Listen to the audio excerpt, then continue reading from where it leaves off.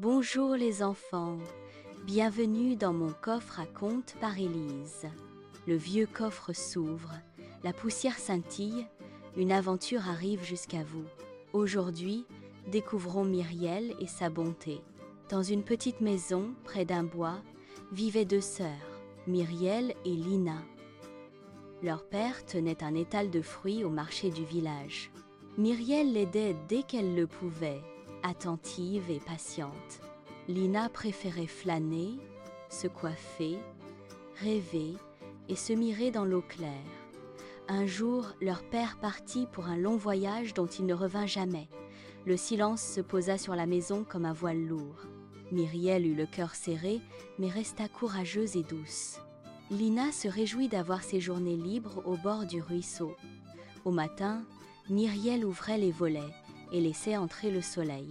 Elle balayait, aéra la maison et rangeait calmement chaque chose. Elle cuisinait une soupe chaude aux herbes et aux légumes. Elle lavait le linge et l'étendait, blanc comme des ailes. Lina s'ennuyait et cherchait à se sentir plus grande. Elle salissait les tapis juste après le ménage. Elle versait de l'eau glacée dans la soupe de midi. Pourquoi la soupe est froide et les tapis sèlent ? Les animaux que tu nourris ont sûrement tout sali, mentit Lina. Un après-midi, Lina entra plus loin dans la forêt. Elle cueillit des fruits amers et les jeta dans la rivière. Une vieille dame apparut, voûtée mais le regard très doux. « Pourrais-tu partager quelques fruits ? J'ai si faim !» Lina donna les fraises acides en les disant délicieuses. La vieille eut mal au ventre, mais remercia pourtant. Myriel, de son côté, cherchait des plantes pour le repas. Elle trouva la vieille, pâle et tremblante, au pied d'un chêne. « Venez vous reposer chez nous, vous serez en sécurité. » Lina fronça le nez. « Pourquoi l'amener ici ? » « Pas de méchanceté, Lina. Elle est malade, aidons-la. » Myriel alluma le feu et fit une soupe onctueuse. Elle prépara des infusions de thym et de miel. Lina, en secret, renversa les bols et gâcha les tisanes. « As-tu mis de la boue ici ?» demanda Myriel. Lina nia d'un ton sec.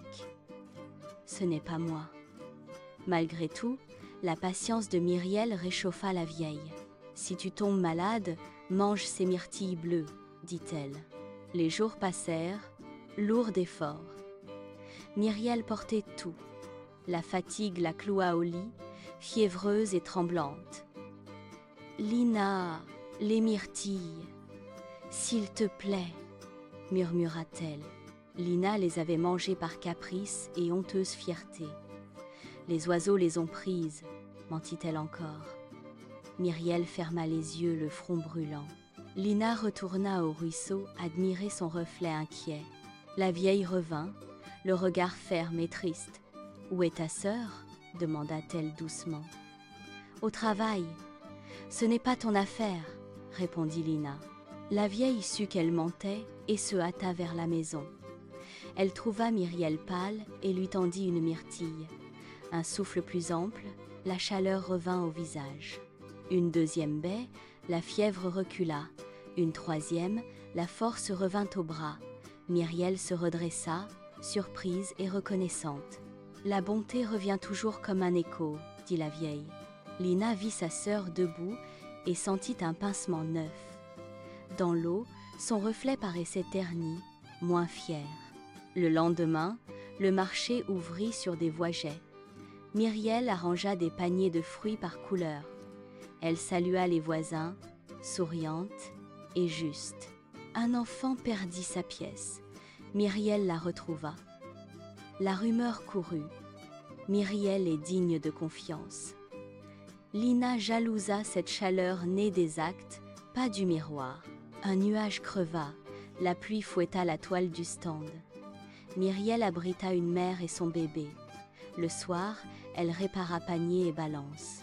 La vieille passa près de l'étal, rassurée. On disait qu'elle gardait sentiers et sources. Un renard blessé vint jusqu'à la porte. Myriel soigna sa patte avec des bandes de lin. Lina détourna les yeux, troublée malgré elle. Au matin, une plume brillante fut laissée sur le seuil. Myriel la garda comme un merci silencieux. La rivière monta, rapide et bouillonnante. Un panier glissa, emporté par le courant. Myriel tendit une perche, rattrapa les pommes. Lina aida à tirer la corde. Geste hésitant mais vrai. « Merci !» souffla Myriel. Gratitude simple. Le jour suivant, Lina balaya sans qu'on le demande. La poussière volait, mais elle persévérait. Elle fit tomber un bol, puis dit « Pardon ». « On apprend en essayant », répondit Myriel. Au marché, Lina rendit la monnaie avec soin. Une vieille cliente la remercia, sourire franc.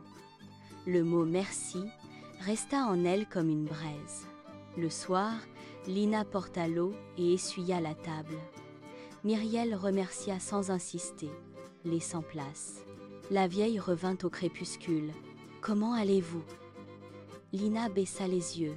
« J'ai mal agi, je veux changer. »« Le changement naît d'actes répétés, » dit la vieille. Elle offrit une graine claire.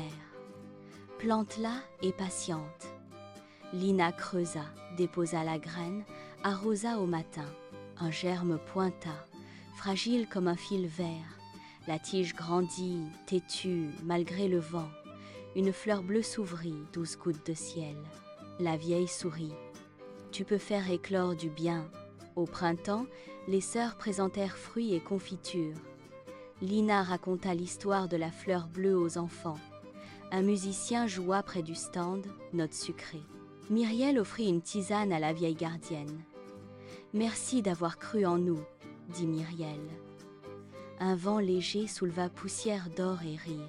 Le renard guéri passa, discret et vif. Au crépuscule, le reflet de Lina sembla apaisé. « La lumière vient de ce qu'on fait, » pensa-t-elle. Elles rentrèrent, panier vide, cœur plein. La fleur bleue luisait près de la fenêtre. La maison paraissait plus vaste, comme si elle respirait. La vieille s'effaça entre les troncs, satisfaite. Myriel serra la main de Lina. « Demain, ensemble. »« Ensemble ?» répéta Lina, et le mot sonna juste. La lune posa un fil d'argent sur le ruisseau. Le matin suivant, le marché battit plus fort. Un voisin demanda de l'aide pour réparer une roue. Myriel prêta ses outils et son temps. Lina maintint les cieux avec des mains tremblantes. La carriole roula, le voisin bénit leur gentillesse. Une fillette pleurait, sa poupée était perdue. Lina la retrouva sous la toile et l'essuya. La fillette offrit une prunelle et un sourire. Myriel observa Lina, fière de ce geste. Des graines de fraises furent semées derrière la maison. Lina arrosa, notant chaque feuille nouvelle. Un soir, la tempête creva le ciel. Le toit grinça, la porte claqua, le feu vacilla. Myriel calma les braises, Lina cloua une planche. Elles tinrent la maison ensemble contre le vent. Au matin, elles aidèrent un voisin dont l'arbre était tombé. Scies, cordes, bras, le tronc fut déplacé. La gratitude fit des étincelles dans les regards. La vieille revint, yeux pétillants de fierté tranquille. « Vous tissez du bien, fil après fil, » dit-elle. Elle montra la source claire au cœur du bois. « Prenez de cette eau, elle garde la force. » Myriel remplit une gourde pour les jours durs. Lina en prit une gorgée, goût d'aube neuve. Un concours de confiture fut annoncé au village. Myriel cuisina myrtille et romarin, douceur profonde. Lina fit fraise fleur bleue, parfum léger et franc. Au jury, les deux pots firent briller les yeux. Elles gagnèrent la mention « sincérité du goût ». La rumeur grandit. Chez elle, rien n'est triché. Lina sourit, moins de miroirs, plus d'action. Un enfant timide demanda comment planter une graine. Lina expliqua doucement, pas à pas. Myriel offrit un sachet de semences. Le renard trottina entre les étals, drôle et malin. Un vieil homme salua la vieille gardienne. « Les sentiers sont clairs. Merci à vous trois, » dit-il. La vieille répondit. « Le clair vient des cœurs. » Le soleil coucha des pêches roses dans les paniers. Le soir, on compta les pièces et les sourires. La maison, le jardin, le stand, tout vibrait juste. Lina ouvrit la fenêtre, la fleur bleue brillait. « Je continuerai », se promit-elle en silence. Myriel posa une tisane sur la table. « Demain sera un jour simple, donc bon, dit-elle. Un dernier rire roula jusqu'au ruisseau. Voilà les enfants, notre histoire s'achève. Merci de votre écoute. Abonnez-vous, likez et revenez très vite pour d'autres contes avec Élise. Bonne nuit, que vos rêves vous portent vers des mondes doux et courageux.